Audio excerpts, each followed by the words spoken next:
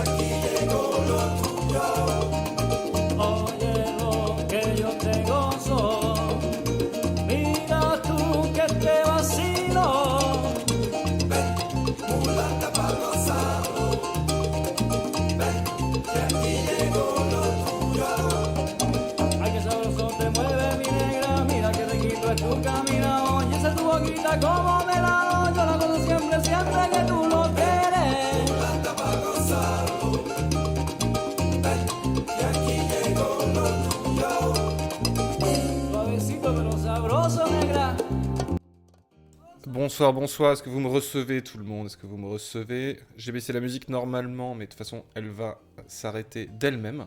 Est-ce que tout le monde m'entend? Est-ce que tout va bien? Tout a l'air de marcher, les alertes marchent. Les alertes marchent, mais le son est trop bas, hein, toujours des alertes, hein, ça vous me confirmez. Faut que j'aille... De toute façon, faut que je vois avec Thomas Hercouet qui m'a promis, je pense par pitié, de m'aider. Merci Rufus. Merci Rufus, merci beaucoup pour ton deuxième mois consécutif, merci beaucoup, merci à Axel, hein, je l'ai dit tout à l'heure pendant l'écran d'attente, deuxième mois aussi, formidable, merci beaucoup. Comme d'hab, hein, je vais couper les alertes pendant de toute façon la discussion, je remercierai les gens à la fin parce que j'ai trouvé le truc du midi feed pour voir que les gens qui se sont abonnés et tout, donc je pourrais faire les remerciements à la fin. Donc voilà, comme d'habitude, histoire enfin voilà, par respect pour l'invité. Et après, on enchaînera sur un Banner Saga du Peuple. Pour ceux qui connaissent pas, on joue à Banner Saga, qui est un tactical RPG. C'est un peu dans le thème et on fait voter le chat. Et du coup, voilà. Et du coup, donc, Cyril, alors il va se présenter. Mais bon, vous connaissez des jeux sur lesquels il a bossé. Il est game designer et c'est un des responsables d'un petit jeu dont vous avez entendu parler, peut-être, qui s'appelle Les Rues de la Bagarre 4, que je recommande, pas juste parce qu'il est là, parce que c'est un jeu trop trop cool. Mais on va pas parler de Streets of Rage spécialement ce soir. On a eu une discussion en fait sur les aspects politiques du gameplay, et c'est un truc qui l'intéresse de ouf, et c'est vachement intéressant ce qu'il a à en dire. Et il se trouve que moi j'avais fait une petite conférence à un festoche de jeux, alors pas de jeux vidéo, de jeux de société, vidéo, c'était tout mélangé.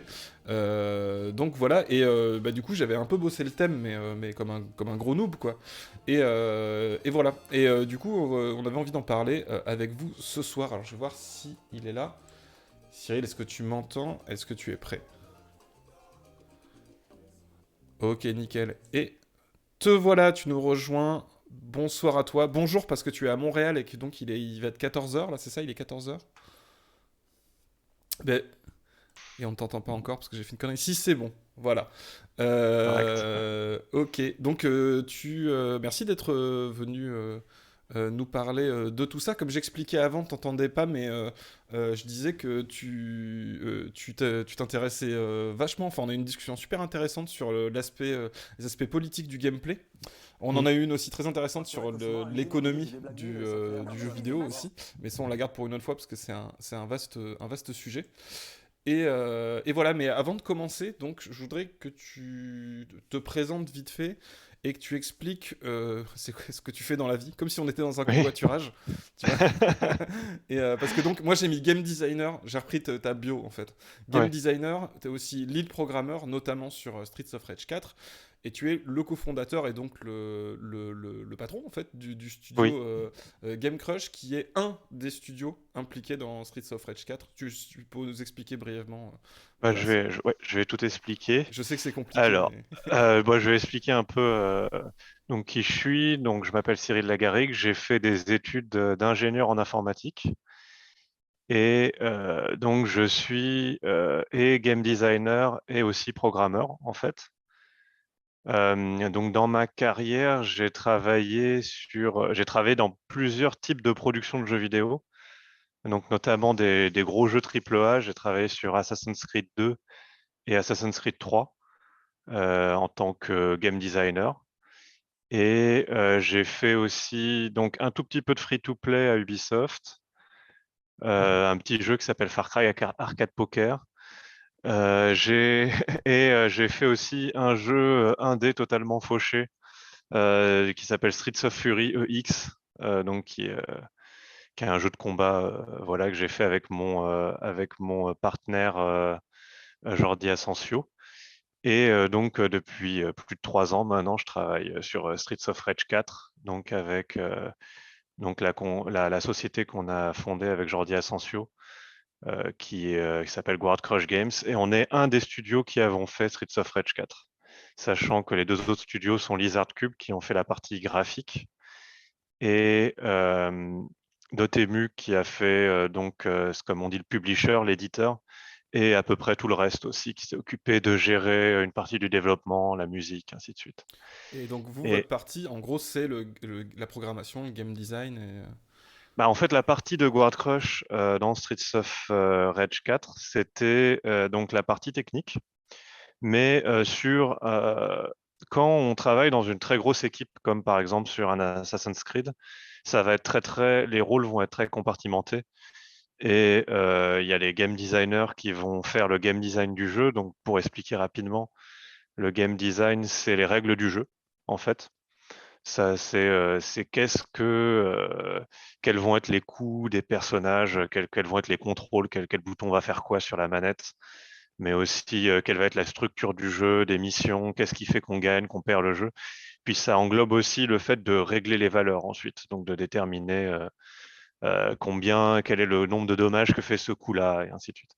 Donc sur une grosse équipe, c'est assez compartimenté, mais sur une petite équipe comme l'équipe de Streets of Rage 4, qui est une équipe, donc ceux qui sont restés, les développeurs vraiment qui sont restés sur toute la longueur du projet, c'est à peu près 5 personnes, mais il y a beaucoup plus de gens. si on prend en compte les gens qui font les portages, tous les gens qui gèrent les choses à Dotemu, les gens qui font les musiques. Donc tout ça, c'est une plus grosse équipe, mais on était à peu près 5 sur les gens qui sont restés vraiment sur tout le développement. Et donc j'étais pas le game designer principal. Le game designer principal, c'était Jordi Asensio. Mais en fait, tout le monde participe un petit peu au game design. Et souvent, on a des discussions pour déterminer ce qu'on va faire dans le jeu. Donc voilà. Donc moi, je suis sur Street of Rage, j'ai fait principalement la programmation. Mais comme j'ai décrit le game design, euh, il y a une superposition en fait entre la programmation et le game design. Donc il y a une partie de la programmation qui va toucher le game design parce que ça va être le comportement au niveau micro en fait, le comportement au niveau du détail comment dire du comportement des personnages et de l'intelligence artificielle et toutes ces choses-là. Mais bon, après, on était vraiment dans des discussions au niveau du développement, pour même aussi tout ce qui est progression du jeu et toutes ces choses-là. Ouais, c'est bien que Donc, t'expliques justement ces aspects-là parce que En fait, pour expliquer aux gens, comme nous on a déjà eu un peu une discussion là-dessus, il se trouve que moi j'avais fait une petite conférence à un moment donné où je m'étais intéressé à ce sujet-là. Parce que souvent, quand on a des discussions sur le jeu vidéo, c'est politique, parce qu'il y a un truc qu'on fait beaucoup maintenant, quoi. On pense plus à la représentation, aux propos qui seraient plus liés à l'histoire qu'il y a dans le jeu, parce que maintenant les jeux sont quand même extrêmement scénarisés, des trucs comme ça, tu vois. On pense pas forcément en premier lieu, justement, au fait que le game design aussi dit des choses et que en fait ça implique pas les mêmes comportements, ça implique pas les mêmes mm, valeurs, ces choses-là. Alors que c'est quand même le cœur aussi du jeu, quoi. C'est que le jeu, c'est pas, il s'exprime avant tout en tant que jeu par le game design et pas forcément en caricaturant par les cinématiques qui vont te oui, raconter une histoire. Et quand tu m'as parlé de ça, du coup, ça m'a vachement intéressé parce que apparemment c'est un truc auquel tu aimes réfléchir, ce truc-là. Et déjà pour commencer. Euh, Comment t'as commencé, toi, en tant que game designer, à te poser la question de mais est-ce que c'est politique du coup quand je crée un système de jeu, quoi? je pense que c'est arrivé plus par l'éthique, plus du game design. En fait, parce que ouais, parce que quand on parle de game design, c'est plus un métier. À mon avis, là, on parle plus précisément des mécaniques de jeu. C'est-à-dire Ok. quelle est la signification des mécaniques de jeu, en fait. Et quand on est créateur de jeu, une signification très claire des mécaniques de jeu, c'est enfin une conséquence très claire des mécaniques de jeu, c'est le fait que on peut influencer un peu comme ceux qui designent les réseaux sociaux là, qui font des nudges et des choses comme ça, qui designent ces systèmes-là et qui peuvent et qui font qui s'amusent à influencer le comportement des utilisateurs. Eh bien, quand on fait un jeu vidéo, on influence, on a de toute façon très consciente des moyens d'influencer le comportement des joueurs et leur motivation. En fait, on va tout le temps penser on crée une mécanique et quelle va être la conséquence sur les émotions du joueur et sur son comportement, en fait. Et on pense toujours à ça. Et là, peut-être le début où j'ai commencé à m'y intéresser, ça va être quand j'ai fait un tout petit peu de free-to-play, où là, on se rend compte à quel point le pouvoir qu'on a, en fait. Oui, parce que tu Euh, disais que tu avais bossé sur des jeux mobiles et des choses comme ça, où il y a beaucoup de... Enfin, tu m'expliquais qu'il y avait vachement de trucs théorisés pour que par le gameplay, on sache que ça va avoir le joueur va avoir tel comportement, ou ça va inciter à tel comportement, parce que ce hmm, comportement, en fait, c'est ce qui va rapporter de l'argent aussi, qui va rentabiliser le jeu, qui va faire payer, qui va faire des microtransactions et tout, c'est ça? oui, bah en fait, ça c'est tout ce qui est comment j'appellerais ça? Tout ce qui est le game design de la motivation du joueur, en fait. Parce que je pense que le game design, il y a plus. En fait, c'est comme un gâteau, là. Tu as plusieurs couches qui sont les unes sur les autres. Souvent, on a le core gameplay, la boucle de gameplay principale. Euh, et, euh, et par-dessus, il y a les mécaniques de motivation. Et ce qu'a fait l'industrie du jeu mobile, c'est de séparer vraiment les deux. Et ce qu'a fait par exemple Candy Crush Saga, en fait, à l'époque, c'était de... Je sais pas si tu avais joué à Candy Crush un petit peu. Non, jamais, jamais. Pour moi, ça a toujours été justement le truc de Satan pour qui arnaque les grands-mères. Tu vois, Oui, genre terrible. Alors, en caricaturant de ouf, mais tu sais, j'avais lu tous les trucs sur les baleines. Enfin, c'est ça, c'est comme ça qu'on dit les économies où en fait il y a une très petite minorité de joueurs qui Mm. financent en fait tout le jeu parce qu'ils payent des sommes absolument débiles sur ces jeux-là. Oui, bah c'est ça. Pour beaucoup de jeux mobiles, c'est le modèle économique, c'est d'avoir des baleines. Donc, et en fait, les autres joueurs, donc il y a les baleines, c'est les whales en anglais, c'est les joueurs qui vont dépenser énormément, et les autres joueurs, ils sont là pour créer du capital social pour les baleines. C'est-à-dire que, enfin, je sais pas si c'est le bon terme, mais en tout cas, dans Candy Crush, par exemple, on voit où sont tous nos amis sur la carte. Et donc, il y a tu peux avoir et tu sais que les autres voient où tu es, en fait. Et donc, il y a tu as envie d'être meilleur que tes amis, et il y a une incentive sociale à essayer d'aller plus loin. Et c'est là où il y a peut-être des gens qui vont se dire, mettre beaucoup d'importance à ça et qui vont être prêts à payer pour aller plus loin, pour toujours aller plus loin que quelqu'un d'autre. Mais encore, Candy Crush, c'était pas le plus diabolique, je pense, comme jeu free-to-play, parce que tu pouvais aussi payer pour du contenu. En fait, à des moments, tu avais des portes et tu pouvais ou payer pour continuer à jouer, ou demander à des amis ou embêter des amis pour pouvoir continuer à jouer sans payer, en fait. Donc c'est donner le choix. Bon, c'est un peu horrible. C'est un peu donner le choix d'embêter les amis ou de payer. Et donc, quand j'ai pas fait beaucoup de temps sur les free-to-play, mais ça m'a permis de me mettre dans cette façon de penser. Et en fait, c'est par là où j'ai commencé à y réfléchir. Mais c'est un champ qui est la, comment dire, la signification des mécaniques de gameplay. C'est un champ qui a déjà été assez exploré. Alors, j'ai regardé deux, trois petites choses avant le stream, là.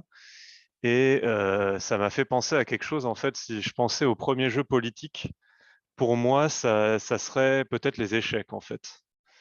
C'est-à-dire que, Oui, en parce fait, que c'est vrai que ça, Oui, c'est un vas-y. des trucs, pardon, je précise, mais c'est ça que je m'étais un peu rendu compte quand j'avais fait cette petite conf, c'est que en réalité, je sais pas si on appelle ça de la théorie du jeu, mais il y a en fait, c'est des choses qui sont vachement valables aussi sur des jeux de société ou des jeux de figurines. Au prime sur le chat qui dit c'est vrai que les échecs c'est de droite. Mais tu vois, en Assez fait, royaliste, t'as hein. plein d'exemples de. Tu sais, dans la conférence, j'avais trouvé. Moi, j'étais parti du Monopoly. Alors, je referai pas l'histoire du Monopoly, parce que c'est un peu compliqué, mais il y a un truc. C'est typiquement un jeu qui est politique par son gameplay volontairement. Enfin, à l'origine. Et c'est le cas aussi, par exemple, des wargames en figurines. Que par exemple, les premiers wargames, c'était des trucs qui étaient faits par des gens qui étaient plutôt antimilitaristes. Je sais plus, il y a quelqu'un d'assez célèbre qui en avait créé un et qui était un anti-militariste convaincu et qui avait pour but aussi de montrer par les mécaniques de jeu que c'était effroyable en fait, un champ de bataille et que Mm. c'était terrible. Alors après ça a donné Warhammer 40 000 quoi, mais ce qui est un autre délire quoi. Mais H.G. Wells, ouais merci sur le chat, c'est H.G. Wells qui avait fait ça. Et bref, du coup je m'étais dit, mais en fait dans le jeu vidéo aussi ça marche quoi, puisque c'est des systèmes de jeu. Bah, il y a une continuité, en fait, parce que au final, si on prend les échecs, par exemple, et en fait, ce qui est intéressant, c'est que si tu compares, par exemple, les dames et les échecs, on voit que les échecs sont un jeu politique alors que les dames sont pas un jeu politique. Et en fait, c'est pas la mécanique de jeu qui va être en elle-même politique, ça va être la mécanique associée au symbole que l'on pose sur chacun des éléments du jeu. Par exemple, sur les échecs, tu as, beaucoup plus de pions que de pièces de l'élite, un petit peu. Donc, on a les pions normaux et les pièces de l'élite qui peuvent pas faire grand-chose, mais qui sont très importants, les pions. Et le roi est la pièce la plus importante, mais elle peut pas faire grand-chose non plus. La pièce la plus puissante, c'est la reine. mais on peut la sacrifier tant qu'on peut avoir le roi. Et je pense que, alors, il y a les chevaux, ils sautent par-dessus les pièces, ça c'est juste mécanique, je pense pas qu'il y ait de signification politique là-dessus. Euh, mais, euh, mais on voit qu'en fait, il faut pouvoir associer des symboles aux mécaniques de jeu pour qu'elles soient politiques. À mon avis, des mécaniques de jeu en elles-mêmes peuvent pas avoir de sens sans symbole associé. Par exemple, je me suis souvenu, là j'ai regardé, il y a un jeu qui s'appelle The Marriage, je sais pas comment le dire en anglais, The Mariage. Et c'est un jeu très très simple qu'un développeur a fait en un week-end. Et il a essayé de faire passer des émotions.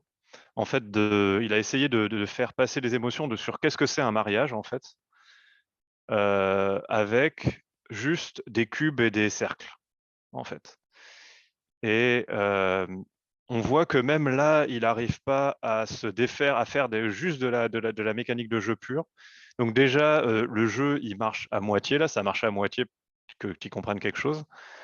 Et en plus tu as un des carrés qui est bleu et l'autre carré qui est rose. Donc là aussi, tu as besoin de symboles encore donc ça aurait pu être le symbole homme et le symbole femme, en fait. Donc on a besoin de coller des symboles à ça.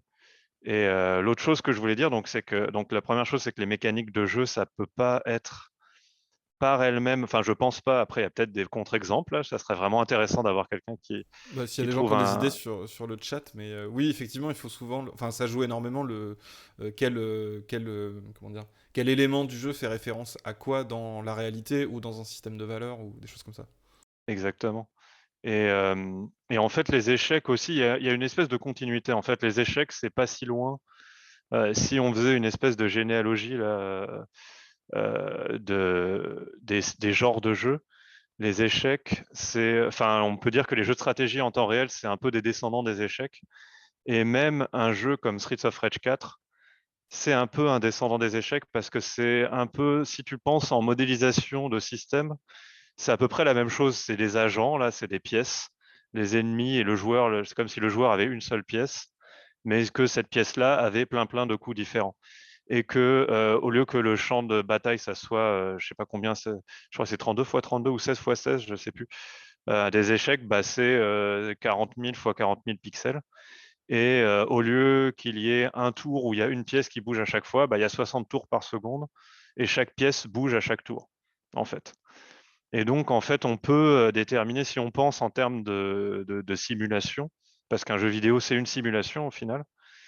Bah, il y a une filiation en fait entre les échecs et les jeux de stratégie et entre les échecs et même les jeux d'action, les jeux d'action en général.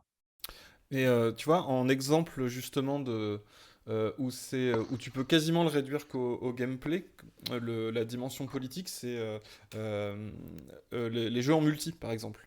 Mm. Alors effectivement, on a toujours besoin chaque personnage que tu joues, enfin, le jeu, il a toujours des représentations. Ne serait-ce que pour que ce soit compréhensible et que ce soit un petit peu sympa. Mais je trouve que c'est là où on voit le mieux ce que tu disais aussi sur les comportements qui peuvent pousser les gens à payer. Les types de jeux multi demandent pas les mêmes comportements de joueurs. Notamment, bah, le fait par exemple de faire si tu fais du StarCraft, tu fais du 1 contre 1, donc c'est vraiment un Mm. truc tu n'as qu'un adversaire. Il y a des versions où tu peux jouer en 2v2, etc. Mais le mode noble, on va dire, de StarCraft, c'est 1 contre 1. C'est différent que si tu joues à un MOBA, où là du coup tu vas être toujours en équipe contre équipe. Mais là, tu vas avoir une équipe, c'est-à-dire que tu vas devoir aussi faire de la coopération avec d'autres gens, même si ça se passe pas toujours très bien dans les MOBA, c'est quand même un des enjeux du truc, parce qu'en fait, si tu ne le fais pas, tu perds. Et donc Mm. le jeu t'incite à coopérer, et on peut pousser plus loin, parce que je crois qu'il y a des jeux où en fait tu joues en multi, en coopération, contre un ordinateur ou contre le jeu lui-même. Et là, je trouve que ça, c'est hyper intéressant parce que comment dire, ça t'incite enfin, on va dire, pour résumer, le point que moi je trouve intéressant, c'est qu'en gros, ça incite à adopter des comportements et des valeurs, des fonctionnements dans le jeu. Parce que en fait, sinon tu perds ou tu as moins de points ou c'est pas Mm. valorisé d'une manière ou d'une autre, ou c'est sanctionné, certains comportements sont sanctionnés, et du coup tu vas le faire sans t'en rendre compte. En fait, t'es un peu obligé si tu veux continuer à jouer. Ouais, ça c'est bah, alors en fait, le truc, c'est que les jeux multijoueurs, c'est vraiment toute une, c'est des champs très, très différents en fait, du game design, je pense. Des jeux, où, un joueur où le game designer va plus avoir tendance à avoir plus une intention et une intention d'émotion envers le joueur. Alors que les jeux multijoueurs, bah, c'est plus fournir un espace qui permet aux gens de s'exprimer. Après, les règles ne sont pas neutres. Mais ce que tu dis, on peut aussi l'appliquer au sport. C'est-à-dire qu'il y a une différence entre le tennis, entre le Ouais, tout foot à et le fait, c'est vrai. rugby. Et je pense que peut-être il y a plus de simulation dans le foot parce que c'est frustrant de ne pas pouvoir prendre la balle à la main, en fait. Peut-être. Je sais pas si. Je S'il y pense a pas des que. experts Bah, de footologie dans le chat. sachant que le foot. Bah, alors, je suis pas expert du foot du tout là, mais initialement, ça a été créé par les aristocrates anglais parce qu'au début, il y avait en Angleterre, il y avait des jeux de balles où tu avais le droit de faire à peu près ce que tu voulais dans le village pour aller ramener la balle de l'autre côté du village. Et souvent, il y avait des meurtres. Et donc, en fait, c'est une histoire de la civilisation de ce jeu-là. C'était de déjà d'interdire les meurtres, et on a quelque chose d'un peu plus proche du rugby. Et puis en plus, après, il y a des gens qui ont commencé à dire, mais non, nous, on touche pas la balle avec les mains. Et c'était des règles un petit peu plus aristocratiques du football. Donc je pense que, à mon avis, les jeux vidéo en ligne, surtout ceux avec une compétition, c'est un peu des descendants directs des jeux de sport, je pense. Et moi, je pense que clairement, il y a une idéologie différente sur un StarCraft, surtout StarCraft 2, où ils ont vraiment poussé le côté un contre un. Ils sont vraiment allés vers de l'élitisme un petit peu. Il y a un côté élitiste, je pense, et justement, ils se sont fait. Quand tu parles des MOBA, en fait, c'est une réaction à ça.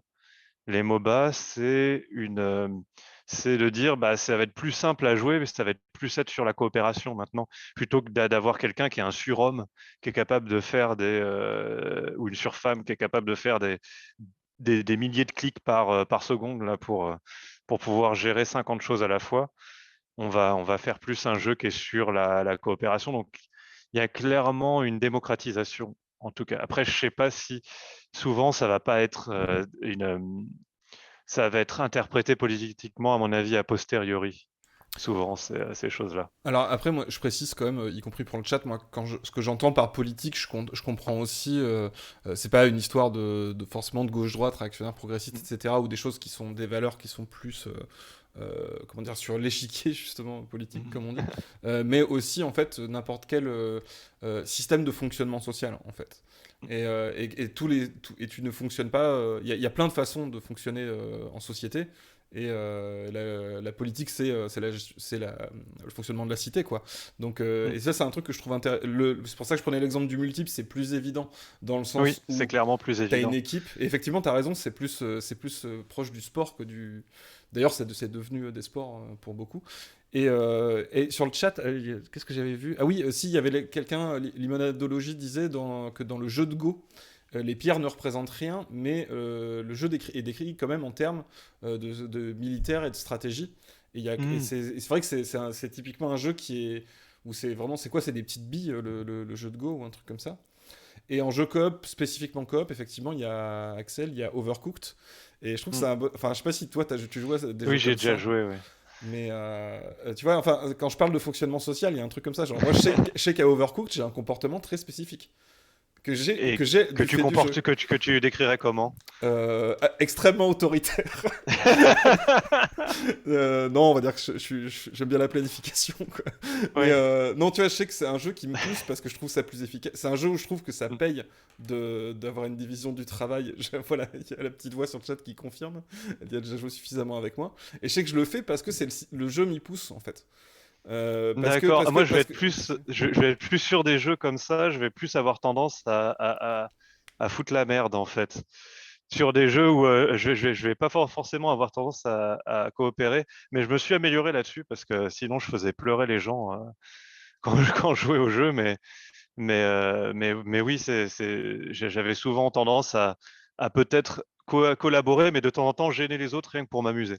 Mais ça peut être très très Ah, frustrant oui, pour mais les tu autres. vois, c'est un type de comportement et qui est permis par entre guillemets, par le jeu, quoi. Ça crée enfin, tu peux presque faire des expériences sociales et ça crée des fonctionnements.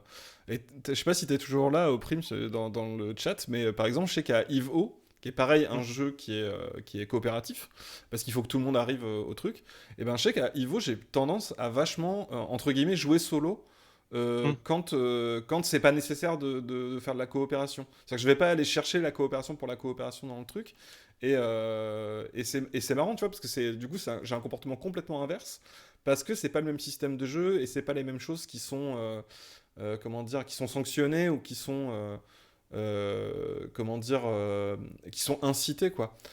Mhm. Et ça, c'est un truc, je trouve, c'est hyper intéressant. Et du coup, ça rend aussi le fait d'observer comment les gens jouent à des jeux hyper intéressant. Et du coup, tout ça, désolé, c'est un peu long, mais pour reboucler aussi avec le taf de game designer, c'est que. Enfin, de toute façon, quand vous faites des jeux vidéo, vous êtes obligé de vous poser constamment la question de qu'est-ce que vont faire les joueurs, en fait. Parce qu'en fait, Oui. vous l'avez pas sous la main, le joueur, forcément, du truc. Donc, vous devez créer des mécaniques qui vont faire certains types de comportements, etc. Et comment c'est pensé, en fait, cet aspect-là? Bah, souvent, on va avoir une intention de base euh, sur, par exemple, bon, pour voir ce que je connais là sur Streets of Rage, là, alors c'est beaucoup plus simple là, mais c'est un jeu qui peut se jouer en coop. Donc il y a une intention de base. Ça peut se jouer en coop. On sait que les gens, par exemple, et c'est un jeu qui est une licence qui est assez vieille, donc il y a des adultes, des gens qui ont peut-être des enfants maintenant, qui vont vouloir jouer au jeu. Donc on sait qu'il faut que le jeu il soit possible de jouer avec ses enfants et que ce soit pas trop frustrant. Donc ça va nous inciter à mettre un mode facile, par exemple, si tu veux jouer avec tes enfants.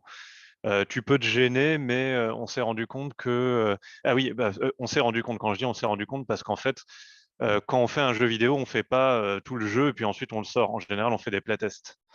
Et ça, c'est super important. Tous les développeurs de jeux font tester le jeu.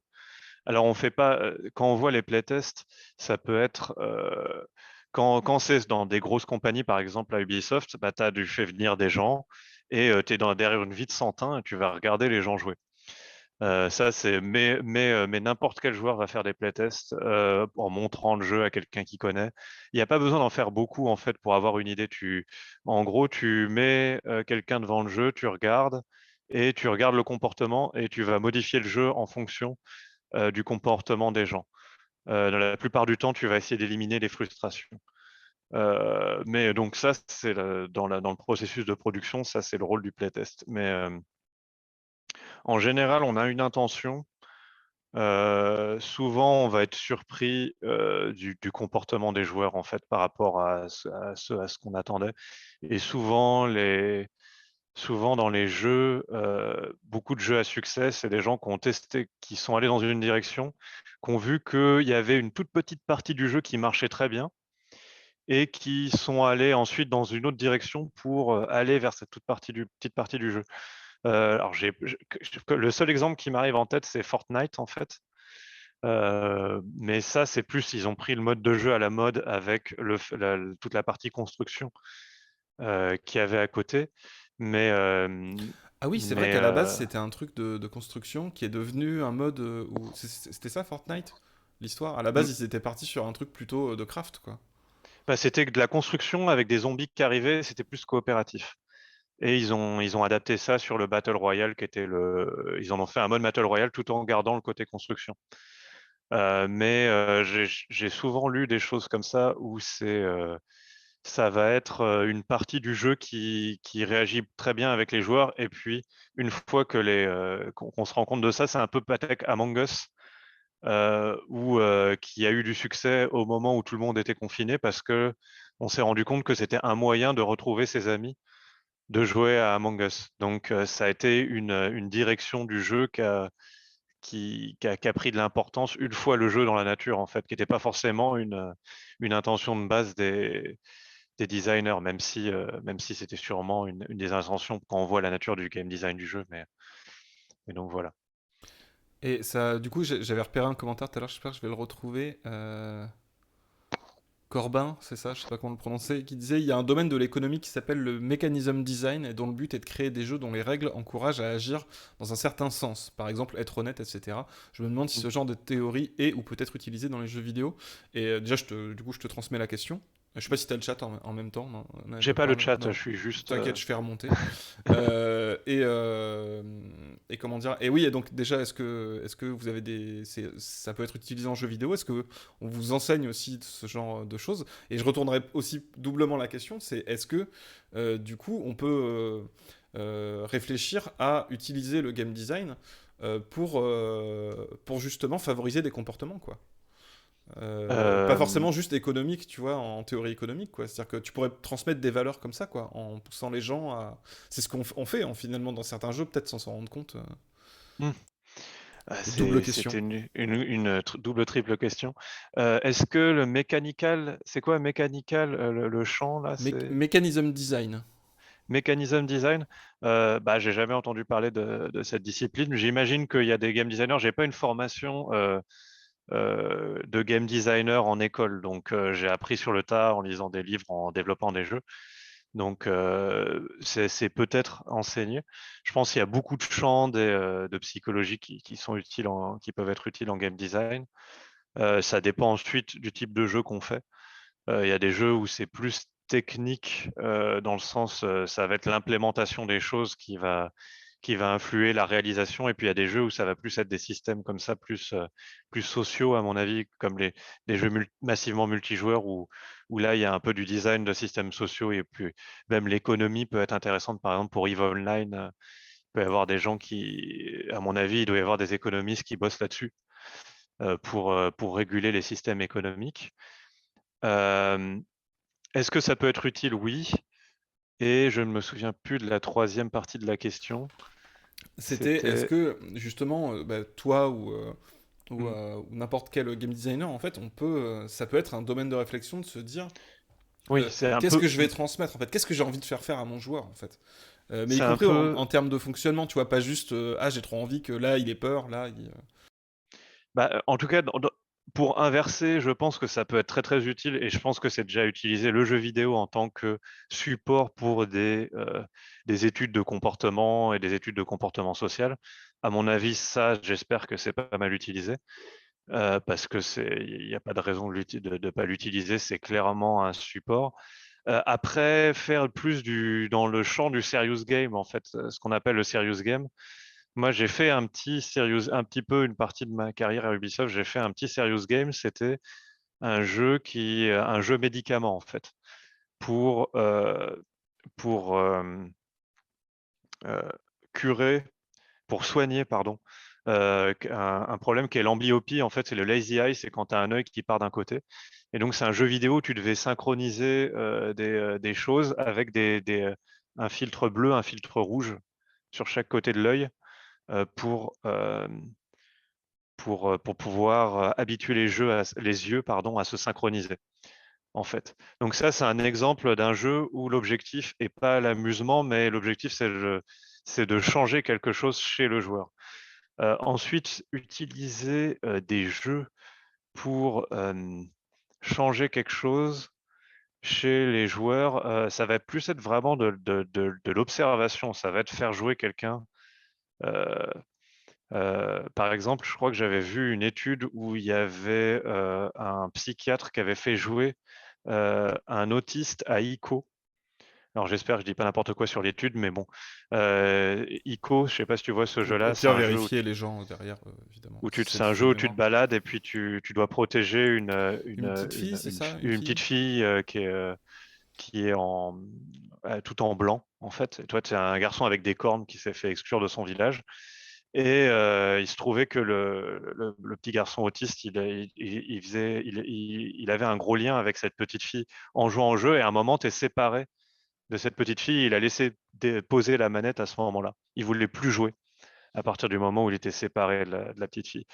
Donc, je réponds toujours pas à la question parce que j'arrive pas à trouver Non, mais d'exemples de ceci dit, gens pour qui moi, ont c'est déjà un essayé de exemple. changer les comportements. Ouais.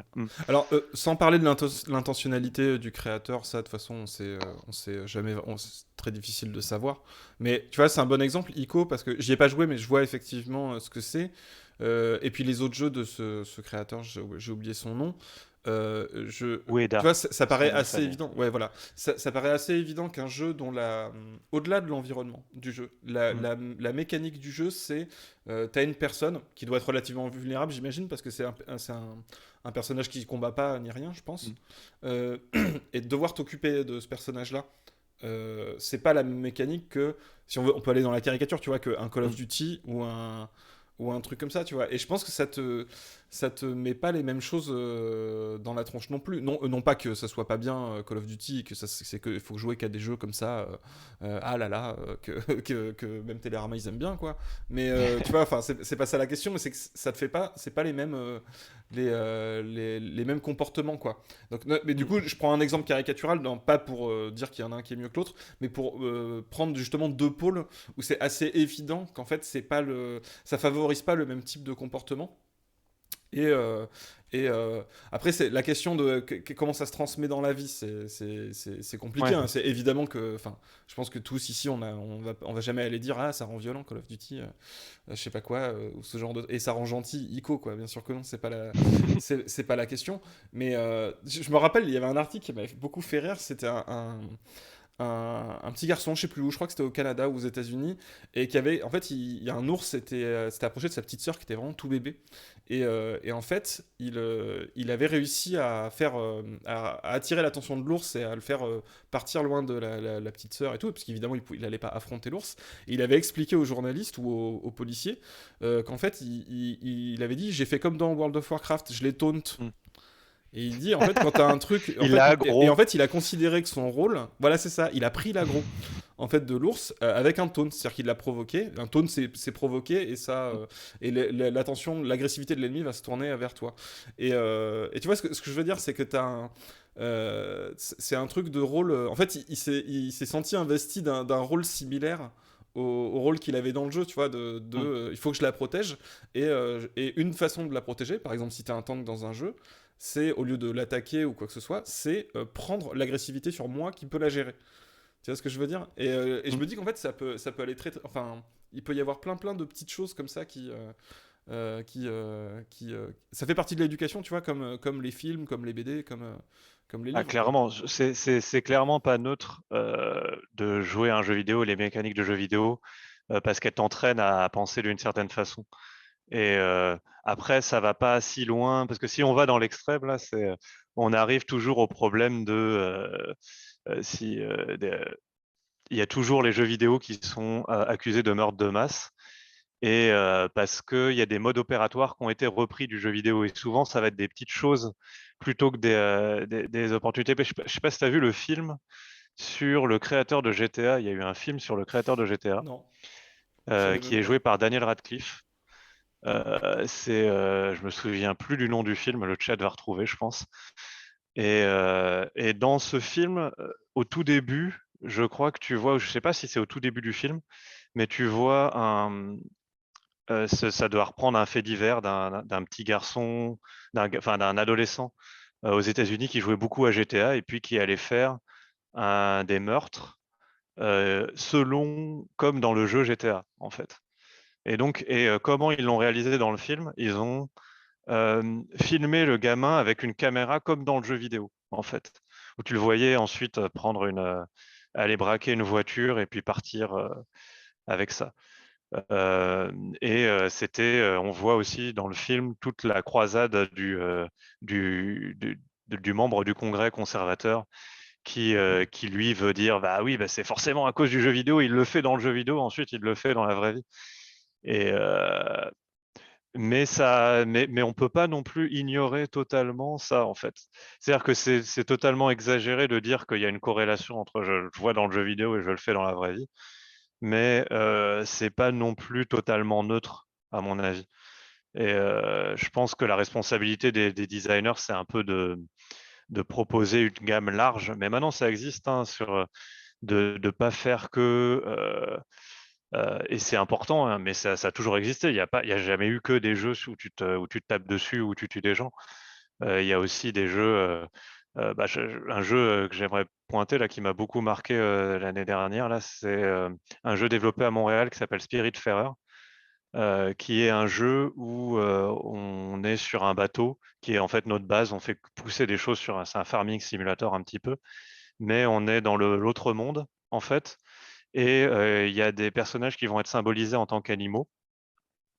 Et le but, c'est de les accueillir sur ton bateau et de prendre soin d'eux, en fait. Et j'ai rarement vu des jeux qui se concentrent autant sur le fait de prendre soin, en fait, sur le soin. C'est un peu l'opposé de casser la gueule, en fait. C'est vraiment un jeu où toutes les mécaniques de jeu, donc tu fais pousser des choses pour faire le plat préféré des personnages. Donc c'est vraiment un jeu sur le care, comme on dit, le soin. Et je trouvais que c'était vraiment un ajout intéressant au paysage des jeux. Moi, j'ai fait dans ma carrière, j'ai que fait des jeux où on se tape dessus. Donc c'est pas parce que je suis violent. Par contre, j'aime moins faire des jeux où on se tire dessus. Mais après, c'est vraiment une question de goût personnel, je pense aussi après.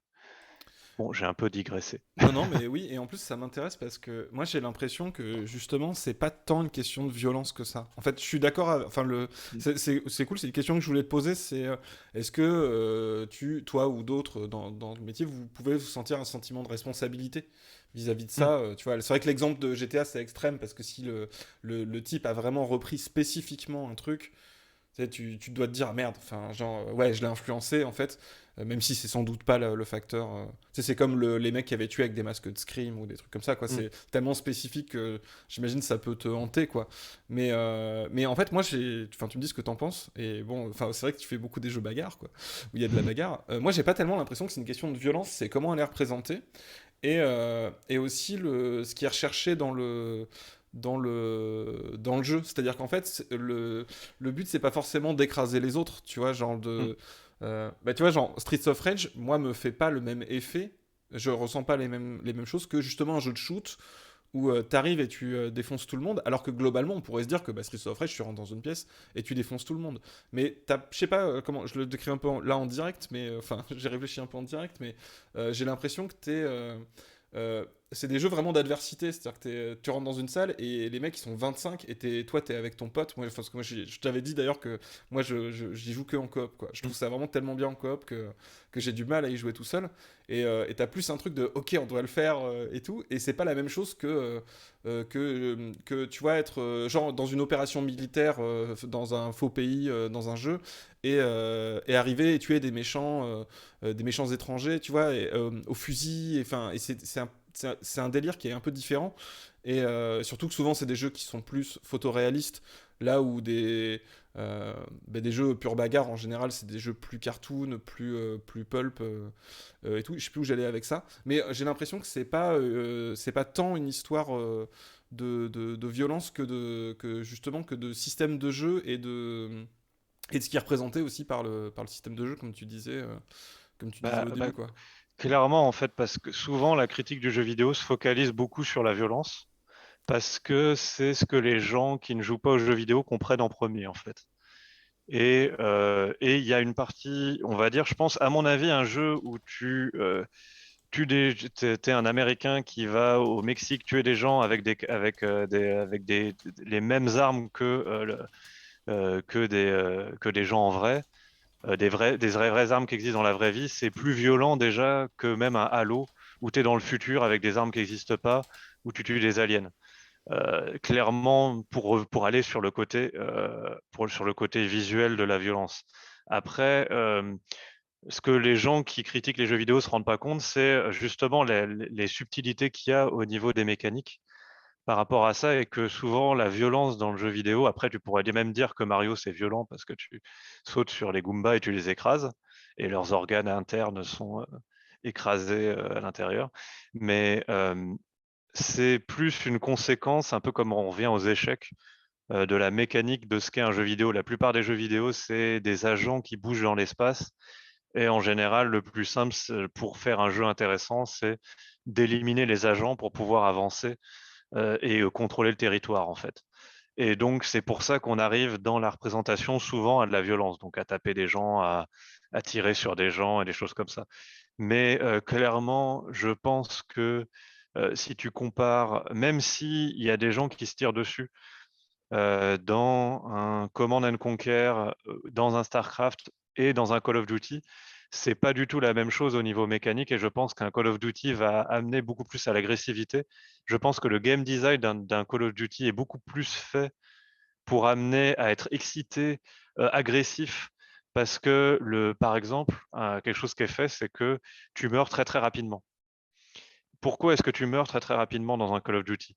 C'est pour donner à tout le monde une chance de pouvoir tuer. Parce que si tu meurs beaucoup plus lentement, si tu as si t'as plus de vie, un très bon joueur va réussir à se retourner, à faire la bonne action pour pouvoir gagner. Et en fait, Call of Duty est fait pour aplatir un petit peu les niveaux des gens pour que tout le monde ait une chance. En fait, et comme ça, tu as une chance d'être par-dessus les autres. Et puis, plus tu tues des gens vite, plus tu vas avoir un airstrike et pouvoir tout d'un coup tuer plein de gens d'un coup. Et vraiment, le jeu, et c'est parce que tu as vécu cette frustration-là que quand tu le fais toi, tu te retrouves à être vraiment content. Et à Oui, mon c'est avis, c'est c'est ça pas qui fait que pour le jeu est rien cool au en fait, niveau c'est ce qui mécanique fait. que les Ouais. gens t'insultent quand tu joues à Call of Duty. Ok, Euh, oui. je sais pas s'il y a des gens dans le chat qui ont déjà. J'ai pas beaucoup joué à Call of Duty en ligne, Je me mais rends c'est pas compte assez à quel horrible, point hein. c'est. Je sais pas, ouais, s'il y a des gens dans le chat qui peuvent en parler. Je sais pas si c'est exagéré l'image des serveurs sur les Ah, jeux de tir comme ça. Après, moi j'ai fait tu vois, du League of Legends, ça s'insulte de ouf, hein. C'est Mais, pareil, hein. Je pense que mais je faisais sur du Xbox Live un peu de Call of Duty ou de Halo. À la fin, dans le lobby, c'était des insultes dans tous les sens, racistes, sexistes en plus. C'était pratiquement 100% du temps. Et puis des gens de 12 ans qui crient. Alors, je sais pas si c'est toujours le cas. Je sais pas ce que dit le chat là-dessus. non, il y a peu de gens qui ont joué. Quelqu'un disait oui, j'imagine que c'était à ça. Euh, Oui, alors il y a des gens qui me confirment sur LoL aussi. Après, en League of Legends, j'ai l'impression que c'est encore d'autres mécanismes. C'est qu'il y a, il y a- il y a un truc euh, comment dire, de justement le fait que c'est des jeux de compétition en équipe. Mm. Ça pousse à l'engueulade en fait, tout simplement. Oui. Mais en fait, je viens de me souvenir qu'en fait, tu m'as donné un parfait contre-exemple, justement, comme quoi, en fait, c'est pas une question de violence et c'est même pas qu'une question de. Parce qu'on tacle beaucoup sur le côté militaire. Tu vois, là, on cite Mm. Call of Duty, tu vois, dès que c'est militaire, tout de suite, tu peux avoir une espèce de, des fois, de truc de recul, genre, oui, mais quand même, ça met en avant. Le fait d'aller dans des pays massacrer des gens, c'est pas cool et tout machin. Mais en fait, tu m'as envoyé une vidéo que j'ai regardée de Fred de JDG sur, Mm. j'ai plus le nom du jeu, c'est Foxhole. Est-ce que c'est ça le nom du jeu?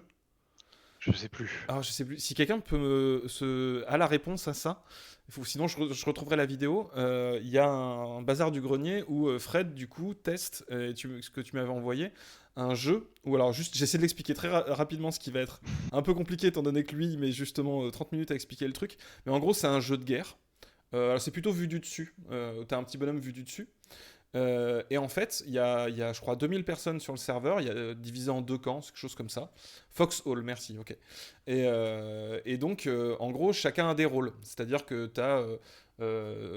tu vas faire soldat. Alors, c'est pas des classes, c'est-à-dire que c'est toi qui vas dire, bah, je prends un fusil, je vais au front. Sauf qu'en fait, comme tout le monde doit tout faire, c'est-à-dire que les bâtiments doivent être construits, les munitions doivent être construites, elles doivent être acheminées sur le champ de bataille, un tank ça doit être construit, il faut lui apporter comment dire, les canons et tout, et du coup tu te retrouves à avoir une espèce d'énorme champ de bataille avec plein de gens, donc c'est du multi, avec plein de postes, et en fait il y a des gens qui vont juste rester à l'arrière et transporter des munitions, crafter des trucs, amener et tout. Et en fait, c'était hyper intéressant. Et je vois pourquoi tu me l'as envoyé, parce que c'est vrai que c'est hyper intéressant, parce que ça crée. Il donne vachement envie d'y jouer, quoi. Ça crée une espèce de truc où, en fait, par exemple, quand tu prends un tank, t'es pas du tout en mode comme dans certains jeux où, genre, lol, c'est mon tour d'avoir le tank, je vais faire dump, je vais bourriner comme un porc et tout. En fait, non, c'est qu'un tank, c'est ultra précieux, donc quand t'es dedans, ça rigole pas. T'essayes justement de le préserver, tu vas pas bourrer, t'as pas, absolument pas le même comportement. Et en fait, c'était ouf.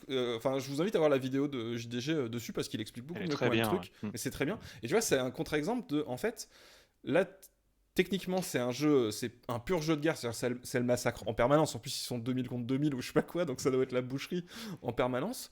Mais en réalité, c'est plutôt un jeu de coopération et qui donne aussi des rôles du style, le rôle un peu ingrat de je suis à l'arrière, à la canonnière, je vois pas trop où je tire, mais il y a des mecs qui me donnent des infos et tout. C'est ultra collaboratif, quoi. Genre, et j'imagine que les comportements sont absolument pas les mêmes. Et le fonctionnement du serveur et des gens dans le serveur, fonctionnement social et politique, du Mm. coup, tu vois, à ce sens-là, doit être complètement différent.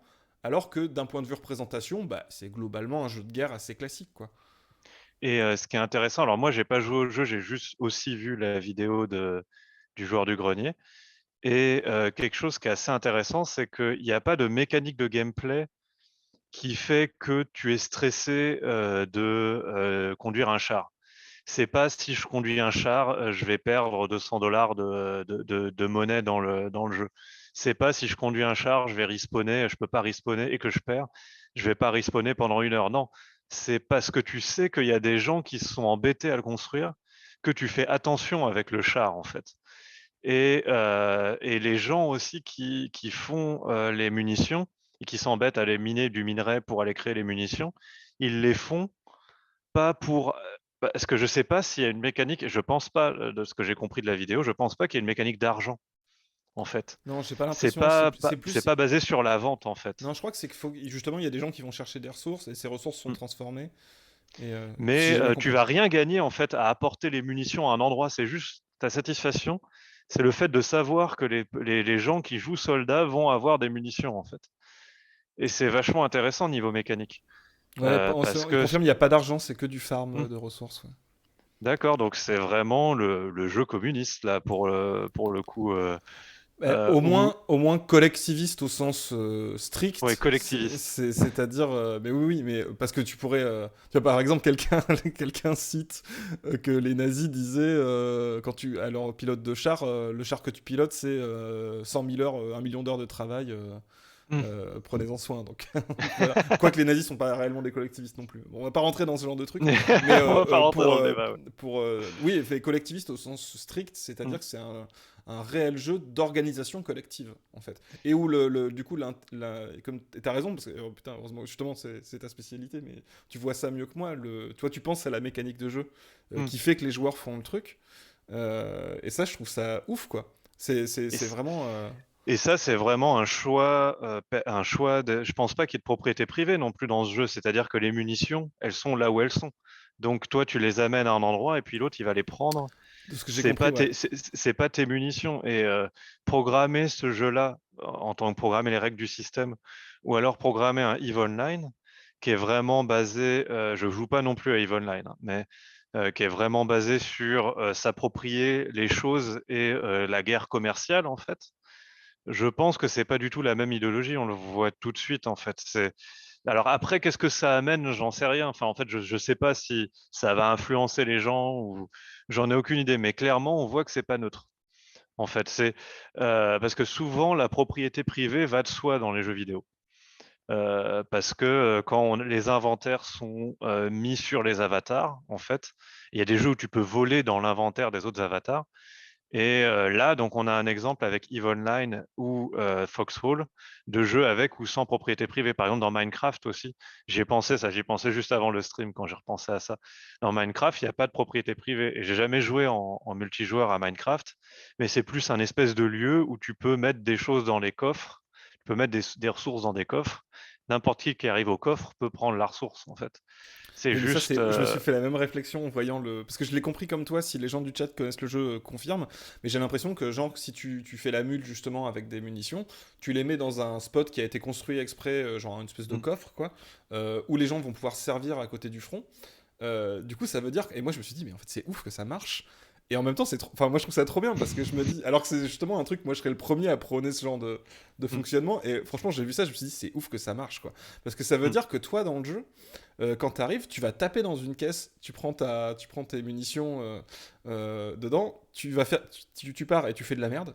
Genre c'est nul, tu meurs tout de suite, t'es nul à chier quoi. Et ben en fait, tant pis pour toi en fait. Et tant pis pour mm. les autres, c'est-à-dire qu'en fait c'est munitions. Mais je me dis que en fait, il doit y avoir aussi un aspect, c'est qu'il y a tellement de joueurs. contrairement, justement, par exemple, à une partie de League of Legends, où je disais tout à l'heure que ça a poussé à s'engueuler, en fait, si t'es 1000, en fait, ta responsabilité, elle est assez diluée, en fait. C'est-à-dire Mm. que, en fait, si t'as fait de la merde, c'est pas grave. Tant que dans la masse, justement, il y en a qui tentent un truc, bah, ça marche pas, tant pis. Personne va les blâmer forcément, ou moins, parce que, en fait, ce n'est qu'un petit rouage, en fait, qui déconne. Et je serais vraiment très très curieux de savoir comment ça se passe sur les serveurs et tout, et quel type de personnes aussi jouent à ça, c'est vraiment bien, quoi. Ouais, c'est vraiment intriguant. Moi, ça me donne pas, personnellement, ça me donne pas envie d'y jouer, là, ça a l'air mais ça, parce que ça a l'air un peu compliqué et tout, mais c'est vrai que quand tu l'entends, en fait, le mieux, c'est de regarder la vidéo du joueur du grenier Oui, et de oui, le c'est vrai, voir ouais. passionné, lui. C'est le fait que lui, il soit passionné qui est aussi super bien dans cette vidéo-là. Moi, ça me fait penser aux boîtes à livres. Tu sais, Carrément. les boîtes où tu mets des livres, en fait, ça marche parce que si c'était des livres en or, ça marcherait pas. Mais vu que c'est quelque chose qui a pas forcément une valeur de revente très très très très élevée et tout, bah là ça marche parce que tu te dis ok, si j'en mettrai un, si j'en emprunte à un moment, je vais le remettre parce que tu dis bah merci à la personne d'avoir mis le livre, donc je vais au moins le remettre. Je vais pas le prendre chez moi et puis je m'en fous d'avoir un livre chez moi en fait. Donc voilà, ça m'a fait penser à ça aussi. Ouais, Et oui, c'est oui, carrément, ouais. Il y a des gens qui citent Valheim, mais c'est pareil, je connais pas trop. Et ça discute du fait est-ce qu'il y a propriété privée justement dans Valheim.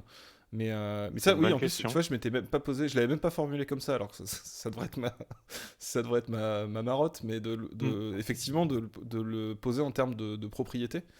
Et ça, en plus, c'est un truc qui est vachement intéressant, je trouve, c'est que le jeu vidéo, c'est quand même la plupart en fait des jeux vidéo, enfin justement tout ce qui est pas multi, c'est quand même un truc où c'est le joueur qui doit être au centre. Et ça Hmm. donne aussi tout ce truc de sentiment de puissance et de trucs comme ça. Et je trouve que ça, comment dire, ça implique un truc. Évidemment, moi j'ai pas envie de jouer à un jeu où, en fait ce que je fais n'a aucune incidence, quoi. Hmm. Ou très très peu. Mais en même temps, du coup, c'est vrai que ça pousse à bah, le maximum, c'est cette espèce de truc on faut donner une espèce de sentiment de puissance aux joueurs pour qu'ils se sentent bien et qu'ils se sentent forts et talentueux Bah, c'est ce qui est le etc. plus quoi. facile à faire en tant que game designer, en fait. C'est de faire c'est d'aller chercher ces émotions-là. Et comme tu dis, tu as envie d'avoir de l'impact. Parce un des plaisirs du jeu, c'est la démultiplication de l'impact, en fait. Que si tu regardes, c'est un peu comme conduire une voiture. Tu fais ça et puis tu vas vite, et puis tu fais ça et tu fais beaucoup plus que ce que tu fais. Et un des plaisirs du jeu, c'est d'appuyer sur un bouton et puis de faire exploser 50 choses. Donc, ça amène forcément à avoir de la satisfaction si tu as beaucoup plus d'impact. Mais les jeux contemplatifs où tu n'as pas d'impact sur ton environnement, où tu aimerais ne pas avoir à avoir d'impact sur ton environnement, ça existe. Parce qu'on parlait d'ICO tout à l'heure, mais tu as par exemple Shadow of the Colossus, où tu as je sais pas si tu as joué à ce jeu-là. Non, non, non. Donc, tu es dans un monde vide, un peu en ruine. Et tu as ta compagne, on imagine, une fille encore à protéger. Enfin, c'est la Belle au bois dormant. Elle dort au centre du monde de jeu. Et toi, tu vas aller tuer des colosses. En fait, c'est des espèces de gros colosses qui Ouais, sont tu dans le leur grimpes monde et dessus, ils sont vraiment immenses, c'est ça. Ouais. ils sont immenses. Tu leur grimpes dessus, mais ils n'ont rien demandé. En fait, tu vois très bien qu'ils n'ont rien demandé. Ils étaient juste là. Et donc, la réalisation fait quelque chose d'ultra épique quand tu montes sur le colosse. Et au moment où tu tues le colosse, plutôt qu'une musique triomphante, ta, ta, ta, ta, ta, non, tu tues le colosse et le colosse s'effondre. Et tu as une musique ultra triste qui arrive. Et il y a des espèces de tentacules noirs qui sortent du colosse, qui viennent te transpercer, qui te tuent. Et tu respawns au centre du monde. Et en fait, là, tu vois que pour sauver supposément la princesse, en fait, tu détruis des éléphants, quoi, en fait, des gros monstres, des gros monstres de la nature, des grosses créatures de la nature. Et donc ça, c'est plus aller vers, c'est plus faire une subversion. C'est-à-dire qu'on a quand même toutes les mécaniques satisfaisantes d'avoir un gros impact, mais à la fin, on te le rend pas satisfaisant, en fait, juste au moment de faire la chose. Et bien sûr, à la fin du jeu, ça te retombe dessus de faire tout ça. Donc je sais plus pourquoi on disait ça, mais en tout cas, c'est Non mais si, en plus, tu vois, c'est vraiment intéressant parce que toi, ça se voit que du coup, tel que tu le formules, tu t'es obligé de te poser des questions de justement qu'est-ce que ça va générer chez le joueur, mmh, tout simplement juste parce que tu veux que ton jeu il soit cool et que le joueur il soit content, oui, quoi. Et ben, tu vois, c'est un exemple de l'utiliser pour faire ressentir un truc qui est une visée, qui est pas juste il y a une cinématique derrière qui t'engueule, quoi. Tu mmh, sais, t'as des. Enfin, si il nous reste un peu plus de 20 minutes, on va dire. Moi, j'ai pas mal d'exemples aussi de trucs, de petits détails comme ça de gameplay qui me viennent. Mais par exemple, t'as Hotline Miami, qui est vraiment un jeu où tu massacres tout le monde, quoi. mmh, Et qui est vraiment super gore et très con. Enfin, très con. C'est vraiment. C'est ultra violent, quoi. Et moi, il y a un truc qui m'avait fait. Je sais pas si c'est dans le premier ou dans le deuxième. T'as un truc qui est super intéressant à un moment, c'est un petit détail, mais je l'avais capté. En fait, dans chaque fois, quand tu rentres dans un niveau, toutes les personnes présentes sont des mecs qu'il faut buter et qui de toute façon vont essayer de mmh, te buter. Donc tu te poses pas de questions. Et en fait, à chaque fois, en fait, c'est des mecs, c'est pour ça que c'est Hotline Miami, c'est que il y a des mecs qui t'appellent et qui te disent va là-bas, tue des gens. Et tu sais pas pourquoi. Et tu vas, tu le fais. Et en fait, il y a un moment donné, il y a une scène, ils te disent. Alors, s'ils te disent c'est des mafieux, ils sont méchants, je crois que c'est ça le truc. mmh, Et on te dit d'aller dans un restaurant tenu par des mafieux, comme tous les trucs de mafieux italiens, et de les cartonner. Et sauf qu'en fait, ce que j'ai trouvé hyper malin, c'est quand tu rentres dans ce restaurant, en réalité, il y a rien qui a changé, c'est toujours un niveau comme d'hab, il se passe exactement de la même façon, mais en fait, il y a des gens attablés, ils sont pas armés en fait, mmh, c'est pas des gens qui... En fait, tu rentres, et en fait, rien ne t'indique qu'il y a des civils, ou que c'est pas comme d'habitude en fait. Et j'avais trouvé ça hyper malin, parce qu'en fait, justement, c'est pas souligné. C'est-à-dire qu'en oui, fait, c'est le gameplay qui t'a amené à faire comme d'hab, c'est-à-dire, ça fait 10 niveaux que tu rentres dans un truc et que tu dégommes tout le monde. Et en fait, t'as ce petit détail à un moment donné qui change et qui fait que, tu sais, je m'étais dit, genre, mais attends, c'est juste pas du tout des mafieux, quoi. Genre, c'est juste. Enfin, il y en a, mais le reste, c'est des clients, en fait. ouais, Et même si tu te disais, attends, je vais essayer de pas tuer les civils, t'as pas le truc de genre, ils clignotent en vert, ou tu perds des points si t'en tues, ou à l'inverse, genre un truc un peu délire dans les premiers GTA, où genre t'as tué un innocent et trop marrant, lol. Tu mmh, vois, où tu sais, t'as un peu ce truc de. En fait, tu fais ça aussi pour le côté un peu rigolo, débile provoque, quoi. Ben là, même pas. En fait, c'est juste, rien ne t'est signalé. C'est tout. oui. Et en plus, comme c'est un jeu où, globalement, pour ceux qui ont joué, si t'as une arme à la main, c'est très compliqué d'épargner des gens. Et de Mais c'est viser vrai que c'est intelligemment. c'est un jeu, en fait, le plus simple pour avoir, je sais pas si tu connais le concept de dissonance narrative? C'est, Non. ludonarrative. Ok. C'est, la dissonance, ludonarrative, c'est, quand dans un jeu, ce que tu fais est, opposé à ce que fait le personnage de la narration. En fait, il y a le personnage de la narration, il y a le personnage du gameplay, et le personnage du gameplay fait des choses totalement débiles par rapport au personnage de la narration. Par exemple, l'exemple c'est GTA, où tu as toute une narration avec un personnage et son histoire, mais entre-temps, le joueur, il peut faire n'importe quoi, il peut faire des meurtres de masse, ça va avoir aucune influence sur l'histoire elle-même, en fait. Un autre exemple, c'est Uncharted, les jeux Uncharted, où tu joues un espèce d'Indiana Jones super sympa qui fait des blagues, mais dans le gameplay, tu fais un génocide de masse où tu tues à peu près 1000 personnes pendant tout le jeu. Mais c'est quand même un héros super sympa. Et un des meilleurs moyens d'avoir une consonance ludonarrative dans un jeu, c'est-à-dire l'inverse de la dissonance, c'est de jouer un psychopathe. Parce que en général, quand tu laisses un joueur jouer un jeu, il va se comporter naturellement comme un psychopathe parce que tu vas essayer de faire un peu n'importe quoi et voir si ça réagit, quoi. Un peu comme un Gremlins, en fait, que dans les films Gremlins ou comme un psychopathe. Et donc, vu que tu joues un psychopathe dans Hotline Miami, ça marcherait très bien. Puis tu as aussi c'est un peu un trip de drogue, en fait. Au moment où tu vas tuer tout le monde, tu as la musique qui va à fond, tu recommences super rapidement et juste au moment où tu tues la dernière personne, là, le trip redescend et puis tu dois revenir en arrière à ta voiture au milieu de tous les corps ensanglantés. Donc, pour ceux qui n'ont pas joué, c'est en pixel art, hein, c'est pas si violent que ça quand ils jouent. C'est plus au second degré, je pense. Mais oui, c'était pour caser ce concept-là.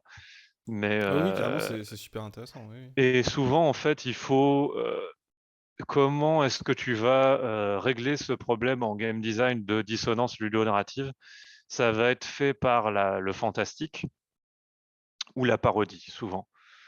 Si tu veux pas avoir à jouer un psychopathe. Donc, si tu es dans un monde fantastique, ben, c'est un peu plus normal d'avoir des monstres qui te foncent dessus et de tuer les monstres parce que bon, c'est pas grave.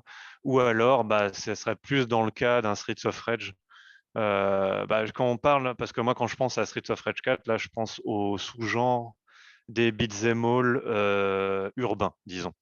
Si on prend un sous-genre de jeu, donc on va mettre dedans Final Fight, Double Dragon, Streets of Rage. Donc je mettrais Streets of Fury, qui est un jeu qu'on a fait avant.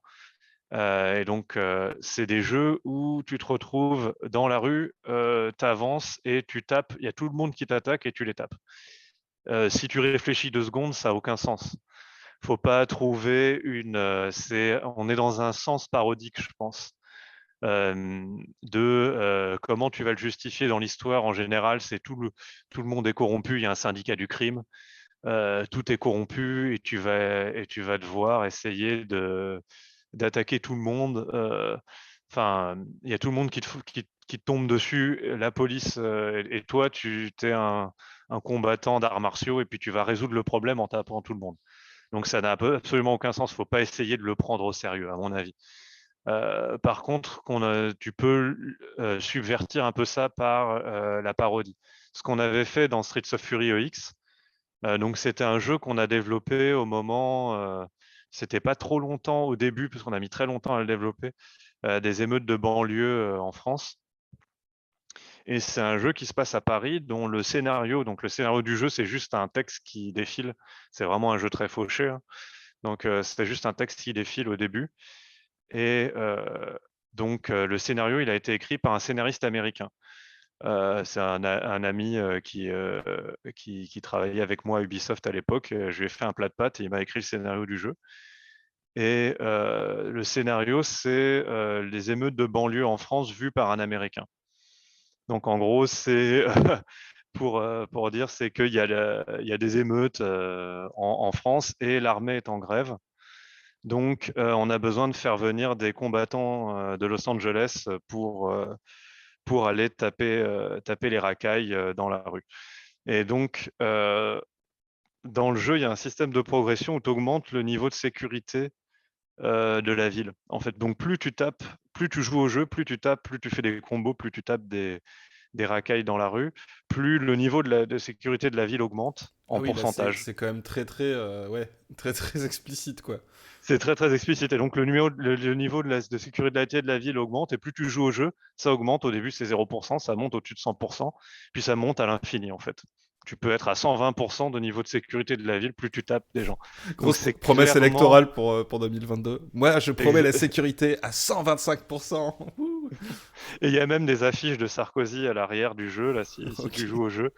C'était vraiment... Donc c'est pas quelque chose à prendre au sérieux, en fait, ça n'a aucun sens. C'est plus une parodie d'une politique Oui, pour le sécuritaire. coup, c'est. Mais en fait, tu pourrais faire avoir quasiment la même chose de manière premier degré, en fait. Tu vois, En fait, t'enlèves le truc Mm. parodique, était ça. Et à l'inverse, tu pourrais faire. Tu vois, moi aussi, quand j'entends ça, je me dis, tu fais à peu près le même jeu. Tu peux tout à fait dire.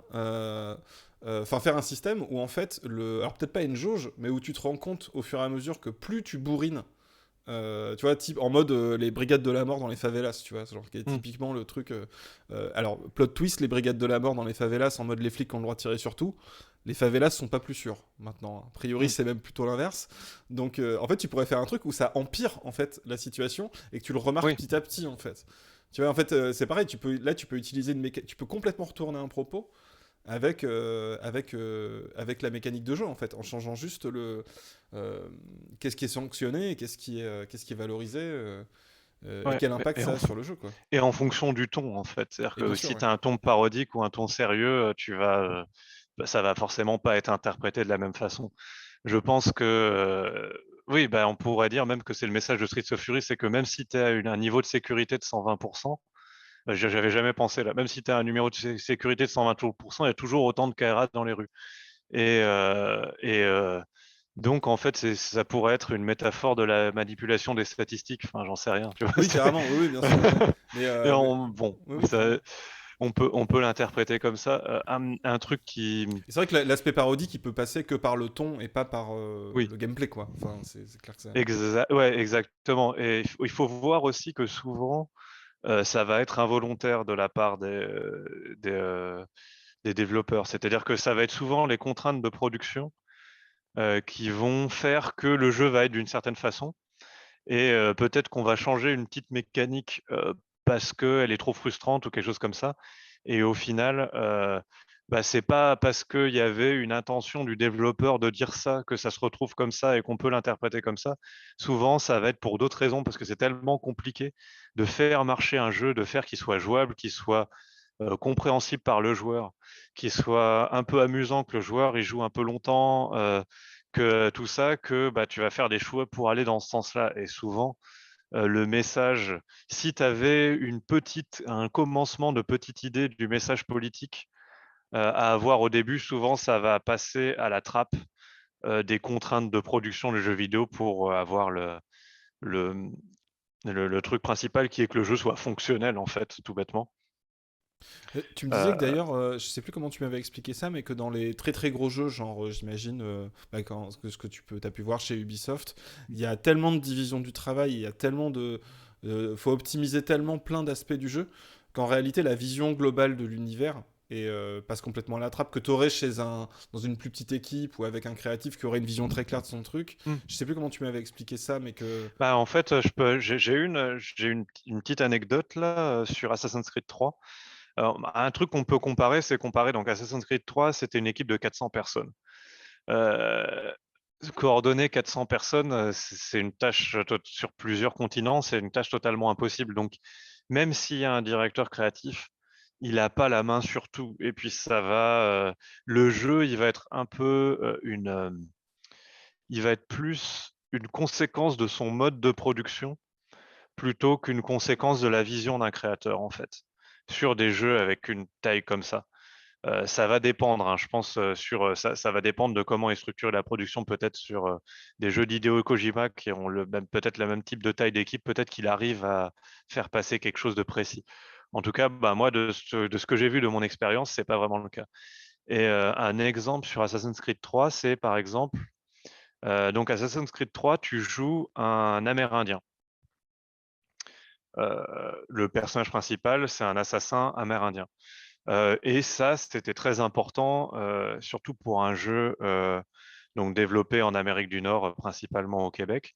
C'était important donc de respecter ça, en fait. Donc ils sont allés voir, donc il y a des moments où ils parlent une langue amérindienne, ils parlent vraiment une vraie langue amérindienne.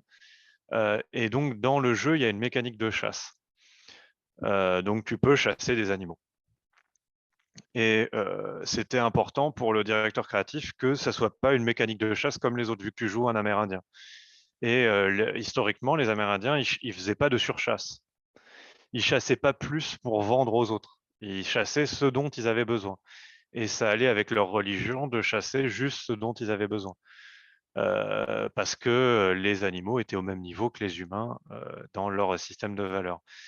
Et ils voulaient, j'étais pas moi qui était en charge du design de gameplay de la chasse, mais je sais que l'équipe de design, enfin les personnes qui étaient sur ce design-là voulaient faire transparaître ça dans les mécaniques de design.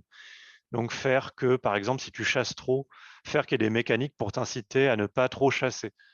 Si tu chasses trop peut-être dans une zone, il y a de moins en moins de gibier, et puis tu te rends compte que il faut pas trop chasser. Euh, je perds un peu ma voix. vas-y. Et juste, je te signale parce que j'avais pas fait gaffe, mais il y a Jordi, parce que vu que tu lis pas le chat aussi, Hmm. il y a Jordi dans le chat, donc ton complice, qui disait sur Streets of Fury que tu peux raconter la fin aussi, d'ailleurs, si t'as envie, par rapport à ce que tu disais du jeu. Je crois que, ah oui, à la fin de Street of Fury, c'est vrai que à la fin de Street of Fury, je sais pas si c'est ça qu'il veut que je dise, mais à la fin de Street of Fury, tu tues le boss final du gang et il est remplacé par un autre boss du gang. Ok. Et à chaque fois, à la fin du jeu, tu tues Gomez et il est remplacé par Rodriguez. Et si tu refinis le jeu, tu tues Rodriguez et il est remplacé par Gonzalez. Et on a comme huit noms qui cyclent comme ça. Et à la fin, il va être remplacé par Gomez et par un nom hispanique à chaque fois. Et donc, c'est ça le jeu, en fait. Tu bats des Kaira, tu tues le chef de la mafia, il est remplacé par un autre chef de la mafia. Ok, C'est oui, juste, oui, en plus, je vois. c'est juste une conséquence des mécaniques. On avait besoin que tu puisses jouer le jeu à l'infini. Et donc, pour en Pardon, revenir, ouais, vas-y, reviens je pense à que la c'était ça que chasse. tu voulais que je dise, Jordi. Si tu voulais que je dise autre chose, dis-le dans le chat. Et donc, sur Assassin, il s'est trouvé que le problème, c'est que la chasse, c'est une mécanique super secondaire dans le jeu. Donc, tu vas jamais avoir le temps de voir ça, et puis on n'a pas eu le temps de le programmer. Les programmeurs, ils ont autre chose à faire, il y a des problèmes à régler, il y a des bugs à régler. Donc, au final, ce qui est resté, c'est que avant de dépecer le cadavre, il va y avoir une petite prière qui est faite par le personnage. Et puis même, bon, si tu laisses la petite prière, c'est chiant parce que quand tu dépèces, quand tu vois l'animation une fois, ça va, mais quand tu la vois 10 fois, ça emmerde le joueur. Donc finalement, bah, tu vas la skipper en fait cette animation-là où tu la raccourcis. Donc finalement, il reste rien de à cause des contraintes de production et des contraintes du game design et le fait que ça soit pas un jeu qui est centré que là-dessus, bah, il reste de rien de ces intentions-là dans le jeu final, alors qu'il y avait des super bonnes intentions à la base. Mais c'est vraiment un super bon exemple en plus parce que Mm. le truc, tu vois, en fait, tu passes d'un truc qui est purement mécanique, c'est-à-dire si tu chasses trop, il y aura moins d'animaux, Mm. qui est un truc où vraiment tu vas te dire, ah, ok, cool, enfin, genre habile, tu vois, genre Mm. ça te fait payer un coup pour le truc, donc c'est intéressant en termes de gameplay et en plus la valeur qu'il y a derrière est intéressante. Et tu passes à un truc qui est purement de la représentation, c'est-à-dire bah, le mec il va faire une prière, donc on va représenter quand même le fait de chasser de manière un peu plus spirituelle et un peu plus respectueuse et tout. Et en fait, la mécanique de jeu en fait un truc chiant. Oui, En fait, c'est un truc que tu skips. Et moi, je me vois bien dans ce genre de truc me dire, mais il me saoule à faire des prières l'Indien, là, c'est bon, ça m'a saoulé. oui. Alors que je penserais pas ça en vrai, tu vois. Et juste parce qu'en fait, dans le jeu, ça m'ennuie en termes de mécanique qui est ça, tu Mm. vois. Et du coup, tu le skips, effectivement, comme tu dis. Donc, c'est vraiment un pur exemple, en fait, Bah, de. c'est un pur exemple où c'est vraiment très très compliqué en fait, parce que c'est déjà compliqué de faire un jeu vidéo, donc faire passer volontairement des messages à travers les mécaniques, c'est extrêmement compliqué. Et bah, par exemple, je pense dans Streets of Rage 4, même si tu te tapes, je pense que les valeurs qu'on essaye de faire passer, c'est plus des valeurs de coopération, de s'améliorer, parce que c'est un jeu de combat où tu peux devenir meilleur, donc c'est par la pratique tu vas t'améliorer, parce qu'on te note aussi, et choses comme ça. Et donc au final, c'est pas les valeurs, c'est pas il faut aller taper des Kaira et des flics dans la rue. Les valeurs, c'est plus il faut apprendre avec, il faut coopérer, passer du temps ensemble, parce que c'est un peu ce que tu as eu, quoi. C'est le jeu, il est designé pour passer des bons moments ensemble, tout Ah ouais, bêtement. ouais, je trouve vraiment, vraiment que ça, Et, il y a une vraie et plus-value. donc voilà, c'est ça les valeurs. Donc les valeurs, c'est plus ça, et ça n'a pas à voir avec vraiment les mécaniques de jeu, même si ça a à voir avec les mécaniques de jeu. Mais par exemple, tout souvent, on est surpris. Un exemple dans Streets of Rage 4, c'est que, en fait, si on parle des contraintes de production et même des contraintes de commercialisation d'un jeu, euh, il y a des mécaniques qu'on va mettre dans le jeu, et même si c'est pas un free-to-play, même si c'est même pour Streets of Rage 4, il y a des mécaniques qu'on a mis dans le jeu pour qu'ils se vendent plus. Je m'explique. Euh, Quoi, vous vouliez En que général, votre jeu se vende? Mais c'est un on scandale. voulait que Élise notre jeu Lucet, se vende. vite. Elise Lucet est sorti d'un arbre derrière moi. Vous avez Vous manipulé les gens vous pour voulez que qu'ils votre achètent jeu se votre jeu, vende? pour qu'ils aient envie. C'est terrible. Et en fait, il y a un peu de, mais en fait, c'est pas évident de trouver où est le curseur dans ces choses-là. En fait, il se trouve qu'il y a quelque chose qu'on sait dans le développement de jeu, c'est que si tu fais un jeu qui dure 1 heure et demie, tu as très très peu de chances qu'il se vende beaucoup. Je ne sais pas si vous avez un contre-exemple d'un jeu qui dure 1 heure et demie, qui s'est énormément vendu, mais moi, j'ai pas d'exemple qui m'arrive en tête. Je te Le fais seul remonter s'il y en a, j'en ai contre-exemple pas. que j'ai, ce serait Portal, mais il était en bundle avec plein d'autres jeux. Donc c'est un jeu très court qui a eu un succès commercial, mais parce qu'il était en bundle avec d'autres jeux. Journey, on dit, mais Journey, ça prend Ah, pas une heure et demie, non? Moi, j'ai eu l'impression de faire quatre peut-être cinq heures quand même, non? Journey est un bon exemple, Ah ouais, est peut-être pas. un bon contre-exemple. Ok. Le problème, c'est que maintenant sur Steam, par exemple, les gens ils vont demander un refund s'ils finissent le jeu en 1 heure et demie. Donc il faut que ton jeu, les joueurs ils y jouent une dizaine d'heures en fait. Et là, tu es à peu près sûr que le jeu va plus se vendre. Et sur un jeu de 70 heures, il faut que les gens ils y jouent plusieurs dizaines d'heures. Sinon, ils vont le remettre en occasion et choses comme ça. Nous, notre campagne, en vrai, elle fait 1 heure et demie. Euh, parce que c'est un jeu de combat. Tu vas pas étendre la sauce à l'infini, en fait. Oui, mais elle dure 1 heure et demie si t'es hyper fort et que tu l'as fait en une fois dès le premier coup. Exactement. Donc, un des trucs qu'on va faire, c'est rendre le jeu un peu dur. Comme ça, tu vas recommencer les mêmes niveaux plusieurs fois et ça va durer plus longtemps qu'1 heure et demie. On le fait pour que le jeu se vende, pour que tu le finisses pas tout de suite, mais on le fait aussi parce que le jeu est plus intéressant comme ça. Donc c'est comme ça, comme je dis, c'est pas un curseur, mais tu peux y jouer en mode easy et le finir d'un coup, hein, si tu veux, mais les gens ils vont y jouer en mode normal. Et notre but, c'est pas de punir le joueur. En fait, si le jeu est dur, tu vas plus t'intéresser aux mécaniques de jeu. Donc, on le fait pour que tu t'intéresses plus aux mécaniques de jeu et que tu aies plus de fun au final. Et que tu sois plus éveillé quand tu joues au jeu, mais on le fait aussi pour vendre plus le jeu. Parce que si on faisait un jeu facile qui se joue en 1 heure et demie, bah, il se finirait. Et puis on va rajouter des choses aussi qui t'incitent à rejouer au jeu. Par exemple, on te donne une note à la fin du niveau. Et, euh, et donc, tu as envie d'améliorer ta note. Et ça, c'est un truc qui m'a surpris quand j'ai vu les réactions au jeu. C'est moi, en général, je m'en fous un peu qu'on me donne une note à la fin d'un niveau. Mais j'ai été surpris à quel point pour beaucoup de gens, c'était super important cette note. C'est peut-être quelque chose qui est dû au système d'éducation ou je sais pas quoi, mais et même en fait, on s'est rendu compte qu'on était trop dur au niveau des notes et qu'il y a des gens, ça les traumatisait. Et dans un patch, on a fait que si tu réussissais avec un score un peu correct, on te donnait pas D, on te donnait C, parce que sinon les gens ils étaient dégoûtés en fait. Ouais, c'est vexant en Ils- fait. C'est vexant en fait, et je me rendais pas compte à quel point c'était important pour les gens d'avoir une bonne note. Et donc ça, c'est le genre de cas où on est un peu surpris des mécaniques qu'on met dans le jeu, en fait. Mais oui, il faut savoir que parfois on met des mécaniques, mais voilà, parfois on sait pas trop, on sait pourquoi on le fait. On le fait pour que le joueur il joue plus longtemps, mais on le fait pas. On sait aussi que on le fait, ça va pas à l'encontre de l'intérêt du jeu, en fait. Mais quand tu fais un jeu free-to-play, tu sais plus en fait, tu deviens schizophrène parce que tu vas rendre le jeu moins intéressant pour que tu puisses payer pour rendre le jeu moins frustrant. Donc tu sais pas pourquoi tu as mis de la frustration dans le jeu. Est-ce que c'est pour gagner plus d'argent ou est-ce que c'est pour rendre le jeu, parce que la frustration peut aussi rendre le jeu plus intéressant. Donc donc voilà, donc faut vraiment se rendre compte quand on analyse la politique des mécaniques de gameplay, il faut vraiment se rendre compte que euh, bah, c'est pas forcément une intention du game designer à la base, et ça peut être souvent des conséquences du mode de production ou des conséquences pourquoi du fait que le jeu doive se vendre et doive marcher en fait. Et c'est pas des jeux expérimentaux qu'on fait, c'est des jeux c'est des jeux commerciaux au final. Ouais, ouais. Mais d'ailleurs, tu vois, encore une fois, l'exemple de la chasse dans Assassin's Creed, t'avais aussi cette Mm. dimension qui est que tu peux pas échapper complètement aux contraintes de production dans un jeu, quoi.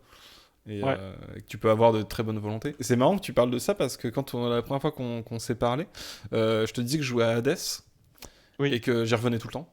Alors là, c'est bon, j'ai Mm. arrêté. Et mais la première question que tu m'as posée, c'est, je sais plus comment t'as formulé ça, mais c'est pourquoi tu y reviens et est-ce que ça te fait plaisir d'y revenir?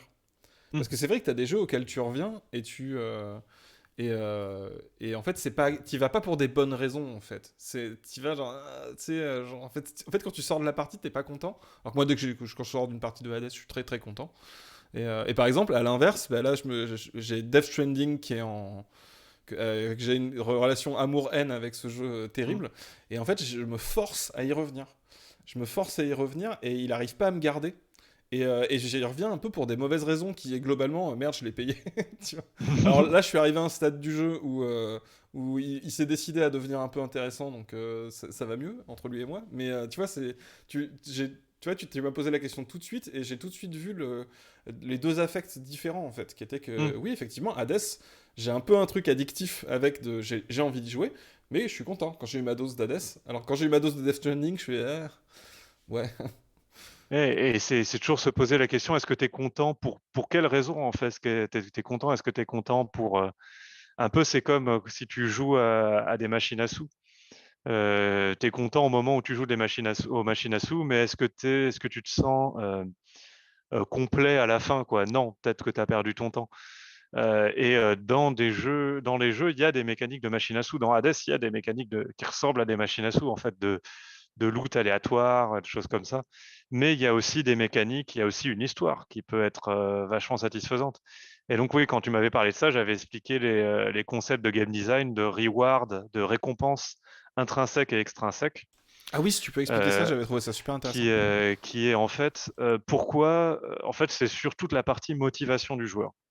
Et quand on fait du game design, on va se demander pourquoi le joueur continue à jouer. Et il y a des motivations qui peuvent être intrinsèques. Et des motivations intrinsèques, c'est par exemple, j'ai du fun en jouant, ou j'ai envie de m'améliorer au jeu. Et il y a des motivations qui peuvent être extrinsèques. Si je vais dans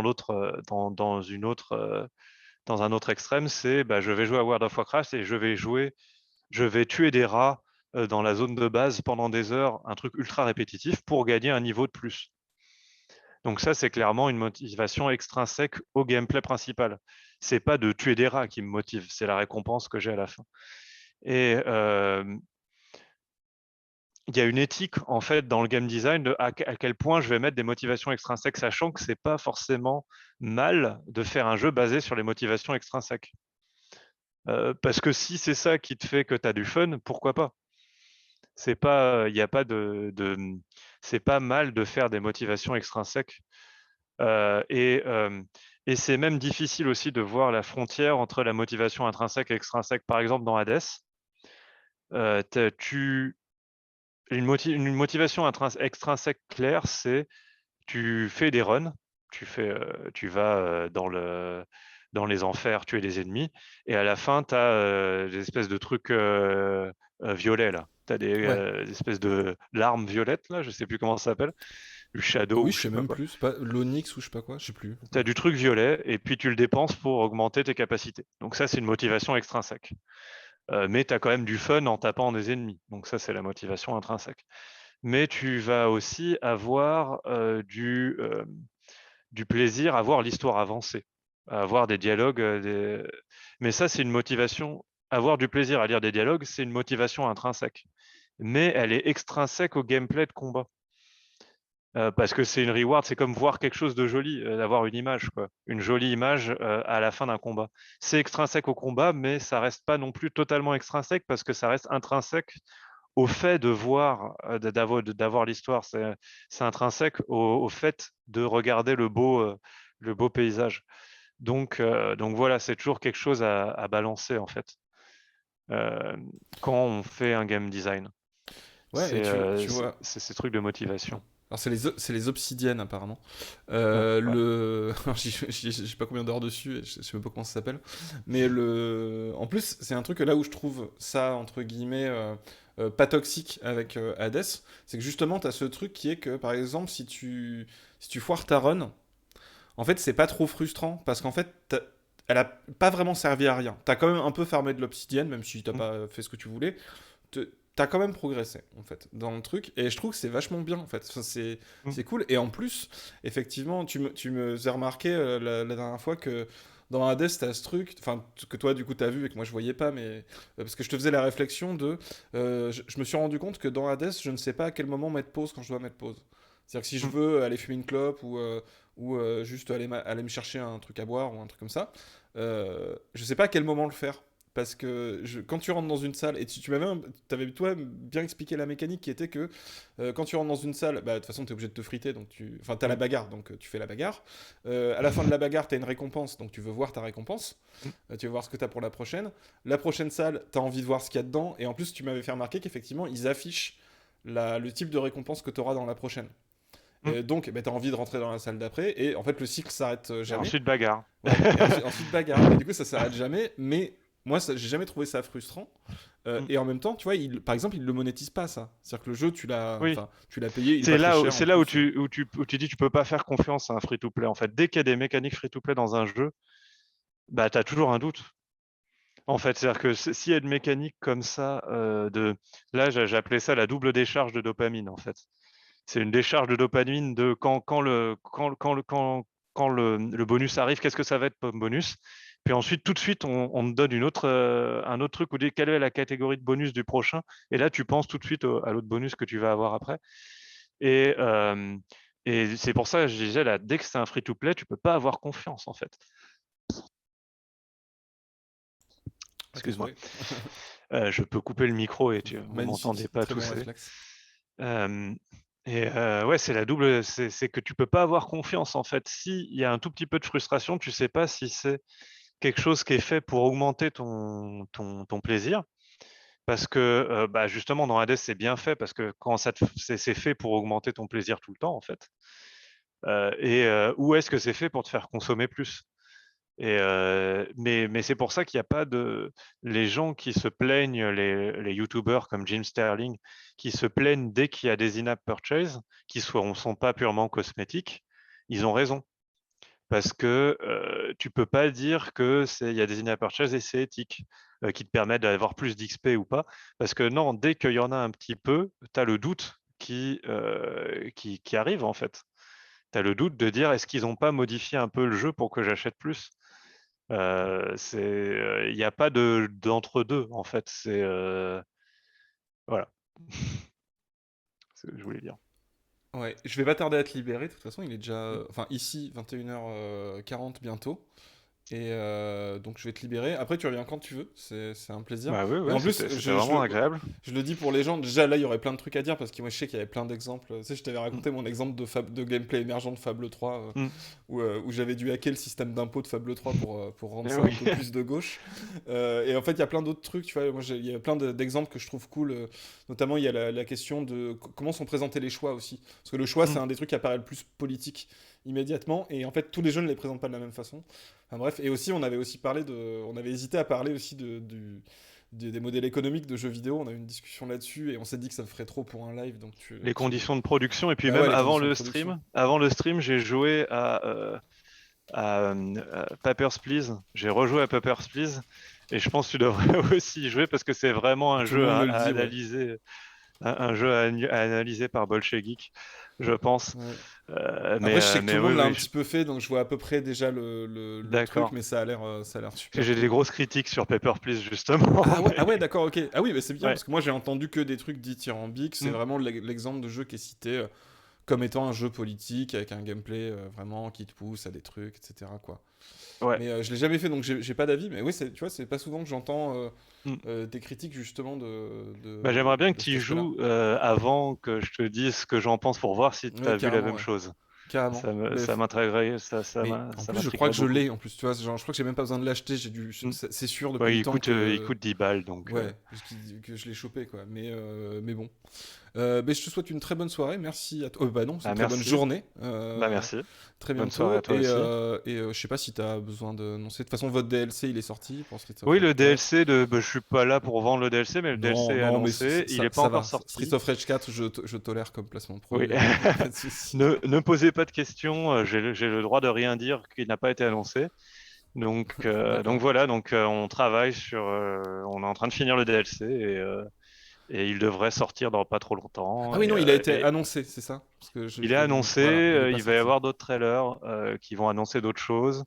Et donc voilà, on est impatient de voir donc il y a toute l'équipe qui a travaillé dur. Je dis bonjour à toute l'équipe de Streets of Rage qui ont travaillé dur sur ce DLC, sur le jeu et sur le DLC, et puis et à ceux qui travaillent encore dessus là.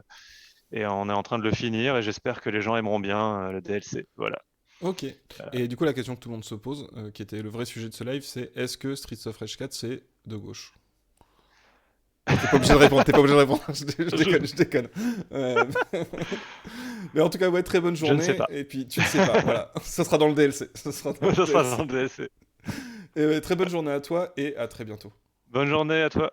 Merci. Hop, je coupe ici. Voilà, et ok, vous m'entendez toujours? Oui, alors ne partez pas, parce que, enfin partez si vous voulez en fait, mais je vais m'en griller une, et après on va enchaîner sur, on va rester dans le thème, et on va faire un peu de Banner Saga du peuple, qui est un tactical, il y a des gens qui connaissent ici, hein, donc c'est où je fais voter les gens sur les choix du jeu, même si j'ai pas retrouvé le logiciel. Donc on va rester un petit peu ensemble, laissez-moi juste le temps, 10 petites minutes de descendre m'en griller une. Et sachant que, attendez, parce que, alors qui est la personne sur le chat qui voulait relayer le lien vers la fameuse pétition, on en a déjà parlé, pour l'autonomie, donc j'imagine que c'est la pétition pour l'Assemblée nationale, pour du coup l'autonomie des personnes handicapées au niveau des couples. En fait c'est ça, pour désolidariser des revenus du conjoint. Il me semble que c'était ça. J'aurais pas dû faire ça. Où est-ce que c'est? Est-ce que tu... Mais je crois que tu ne peux pas la poster en... Quelqu'un peut... Est-ce que tu peux poster le lien sur le chat ou faut que j'aille la trouver? Je crois que tu peux pas en fait poster le lien sur le chat. C'est pour ça que ça n'a pas marché. Mais en tout cas, oui, c'est ça, la hache. Donc voilà, oui, bien sûr, tu fais bien de passer sur le stream. Tu es tout à fait en droit de la poser sur le stream, il n'y a pas de souci. Donc voilà, ouais, donc je reviens vers moins le quart, 50 plutôt. Vers 50, je vous mets une petite musique de fond. Je vais changer de scène aussi. Tchac, tchac, tchac. Qu'est-ce que je vous mets en fond? Qu'est-ce que je vous mets en fond? Sinon, effectivement, il y a jour de play. Jour de play, ils finissent à quelle heure? Parce qu'à la limite, je peux vous envoyer vers jour de play et vous revenez... on revient après, si vous préférez. Ça finit à quelle heure, jour de play? Ça pourrait être le perfect timing? Dites-moi. Je vais pas raid du coup parce que je vais pas couper. Mais voilà, sinon je host. Ben non, parce que du coup ça veut dire que je coupe le stream. Après je peux couper le stream et le relancer, c'est vrai. Je peux couper le stream et le relancer. Ouais, on va faire ça. On va faire un petit raid. On va faire un petit raid et je relancerai vers 22h. Quoi, c'est fini? C'est fini jour de play? Parce que Queen Apple, elle m'a dit qu'on pouvait les raids maintenant, jour de play. Est-ce qu'ils sont toujours en ligne? Est-ce qu'ils sont toujours en ligne? C'est jour de play avec un... Non, je les vois pas, moi. Je les vois pas. Tu les vois en ligne. Bon, bah, c'est toujours un problème... Ah si, Arte... Ah, mais oui, je suis con, je cherche jour de play alors que c'est ArteFR. Merci. Merci, merci, évidemment. Évidemment. ArteFR. Oui. Je vous lance sur leur live. Moi, je reviens à 22h. Donc bon, c'est un petit raid plus pour dire coucou. Après, vous pouvez rester là-bas si ça vous intéresse plus que Banner Saga, ce que je comprendrais tout à fait. Mais je sais pas à quelle heure ils finissent de toute façon. Donc, je vous fais des gros bisous et je relance. Allez, voilà, comme ça me fait un petit quart d'heure. Et à 22h, je relance sur Banner Saga. Et on fera de la politique du jeu vidéo ensemble. Tranquillou avec de très mauvaises imitations. Et je pense que ça sera bien. Vous leur faites des gros bisous de ma part. Et à tout de suite.